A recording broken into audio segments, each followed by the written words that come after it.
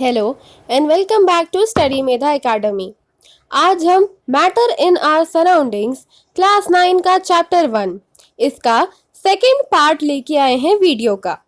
First video में हमने इसमें से कुछ टॉपिक्स ऑलरेडी कवर कर लिए थे, तो अगर आपने वो वीडियो नहीं देखी हो तो प्लीज़ पहले जाकर वो वीडियो देखिए और उसके बाद में ये वाली वीडियो देखना, क्योंकि इसमें जो पार्ट्स पहले हमने करे हैं उसी के बारे में एक्सपेरिमेंटल डिटेल्स है। तो आइए ये चैप्टर अब हम स्टार्ट करते हैं। तो जैसे कि हम यहाँ पे स्क्रीन पे देख सकते हैं, यहाँ पे मेन टॉपिक जो इस चैप्टर में है वो लिखे हुए हैं। हमने मैटर की डेफिनेशन और उसकी कैरेक्टरिस्टिक्स ऑलरेडी एक वीडियो में डिस्कस कर ली है। अब हम मैटर की उसी कैरेक्टरिस्टिक को प्रूफ करने के लिए दो एक्सपेरिमेंट्स इस वीडियो में डिस्कस करने वाले हैं, जो कि कैरेक्टरिस्टिक्स ऑफ मैटर को डिफाइन करता है और प्रूफ करता है। तो आइए अब हम वो दोनों एक्सपेरिमेंट्स देख लेते हैं। तो जो हमारा पहला एक्सपेरिमेंट है वो मैटर की इस कैरेक्टरिस्टिक को डिफाइन करता है कि particles of matter have spaces between them. जैसे हमने लास्ट वीडियो में बात करी थी कि जो एटम्स होते हैं उन एटम्स के बीच में भी स्पेसेस होती हैं, फिर भले ही वो सॉलिड हो, लिक्विड हो या फिर गैस हो।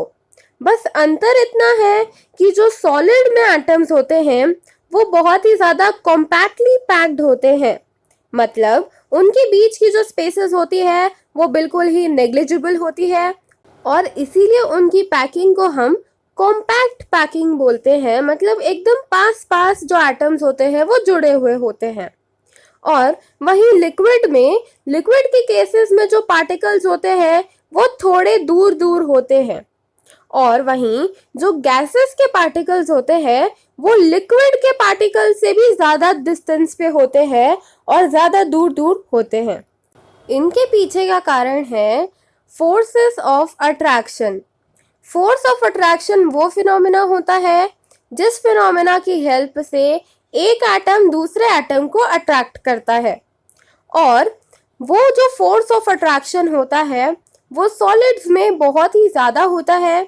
इसीलिए जो सॉलिड के पार्टिकल्स होते हैं वो बहुत ही ज़्यादा क्लोजली पैक्ड होते हैं, और ये जो फोर्स ऑफ अट्रैक्शन रहता है ये लिक्विड में सॉलिड के कंपैरिजन में थोड़ा कम रहता है, और इसी कारण जो लिक्विड के पार्टिकल्स होते हैं या एटम्स होते हैं वो थोड़े डिस्टेंस पे प्लेस्ड होते हैं।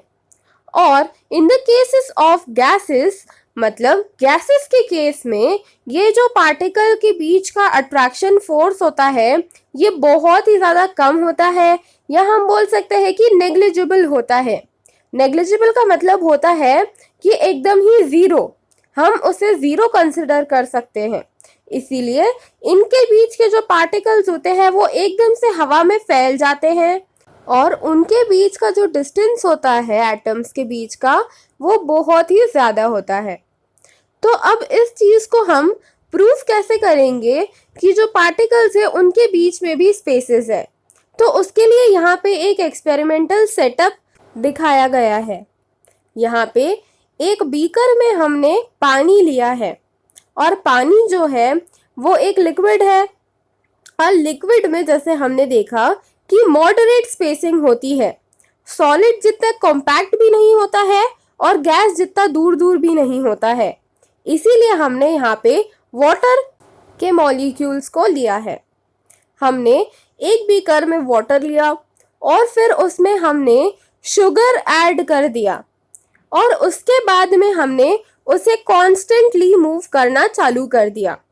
अब जो शुगर के पार्टिकल्स है वो बहुत ही ज़्यादा कम है, और वो आसानी से उस वाटर के बीच में जो स्पेसेस है उसमें घुस जाते हैं, और इसीलिए जो पानी का लेवल होता है वो इंक्रीज नहीं होता है। जब हम ये एक्सपेरिमेंट करते हैं तब हम वाटर का लेवल मार्क करते हैं before and then after mixing sugar. तो जो हम वाटर का लेवल मार्क करते हैं वो हम देखते हैं कि वो कांस्टेंट ही है, जितना पानी हमने पहले लिया था वो उतना ही है, मतलब वो बिल्कुल भी बढ़ा नहीं। और जब हमने शुगर ऐड करी तो उसका मतलब ये हुआ कि जो शुगर है वो वाटर के बीच में जो मॉलिक्यूल्स की स्पेसेस है उसमें जाके बैठ गई और इसीलिए वाटर का लेवल जो है वो राइज नहीं होता है। तो ये जो हमारा एक्सपेरिमेंट है ये बताता है कि particles of matter have spaces between them. अब हम एक second characteristic of matter discuss करते हैं जो कि है particles of matter are moving continuously. मतलब जो पार्टिकल्स होते हैं मैटर के या जो एटम्स होते हैं वो कंटिन्यूसली मूव करते रहते हैं। तो अब इसके 3 पॉइंट्स यहाँ पे लिखे हैं। Particles have kinetic energy. जैसे हमने फिजिक्स में पढ़ा है कि जब भी कोई बॉडी मूव करती है तो वो काइनेटिक एनर्जी पजेस करती है, और अगर वो स्टेशनरी मोशन में है या वो स्टेशनरी पोजीशन में है तो उसके अंदर पोटेंशियल एनर्जी होती है।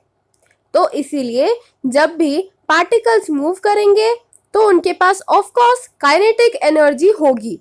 इसीलिए यहाँ पे लिखा है कि पार्टिकल्स हैव काइनेटिक एनर्जी, और उसी काइनेटिक एनर्जी की मदद से ये जो पार्टिकल्स ऑफ मैटर है ये कंटिन्यूसली मूव करते रहते हैं।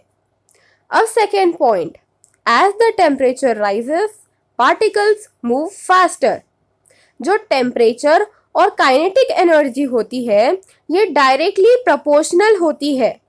अगर हम टेम्परेचर बढ़ाते हैं तो उस टेम्परेचर के इंक्रीज के कारण उस काइनेटिक एनर्जी भी इंक्रीज होती है, और इसी के कारण जो पार्टिकल की मूविंग टेंडेंसी होती है वो भी इंक्रीज हो जाती है। और इसीलिए हम बोलते हैं कि टेम्परेचर राइज होता है तो पार्टिकल्स जल्दी जल्दी मूव करते हैं। अब third point, with increase in temperature kinetic energy increases.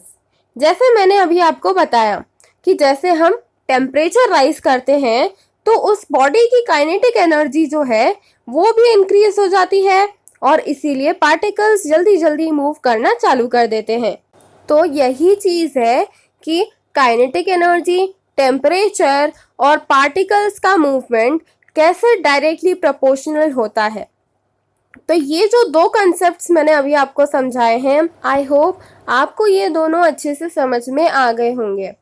अगर आपको इसमें कोई भी डाउट है तो आप कमेंट सेक्शन में पूछ सकते हैं, और अगर आपको ये वीडियो पसंद आई हो तो इसे लाइक करना, शेयर करना और हमारे educational channel study Medha academy को ज़रूर से सब्सक्राइब कर देना।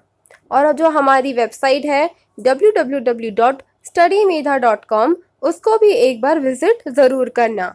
Thank you so much for watching this video till the end.